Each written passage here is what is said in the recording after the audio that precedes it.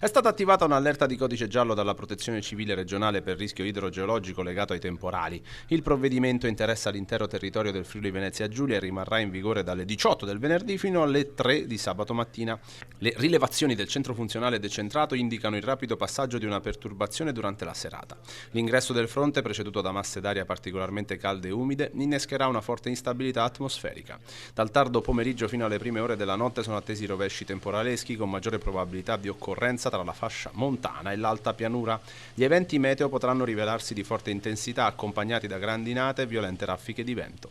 L'allerta di grado giallo corrisponde a un livello di criticità idrogeologica ordinaria per temporali ed è estesa a tutte e 4 le zone operative della regione.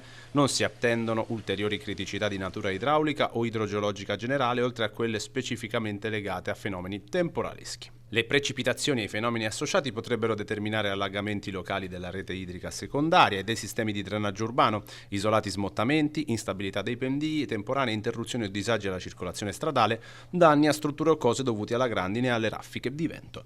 Lo stato operativo a livello regionale è stato fissato sulla fase di attenzione. La Protezione Civile sollecita il massimo monitoraggio del territorio con un occhio di riguardo per le aree campeggio e lo svolgimento di eventi all'aperto al fine di garantire l'eventuale e immediato intervento dei soccorsi.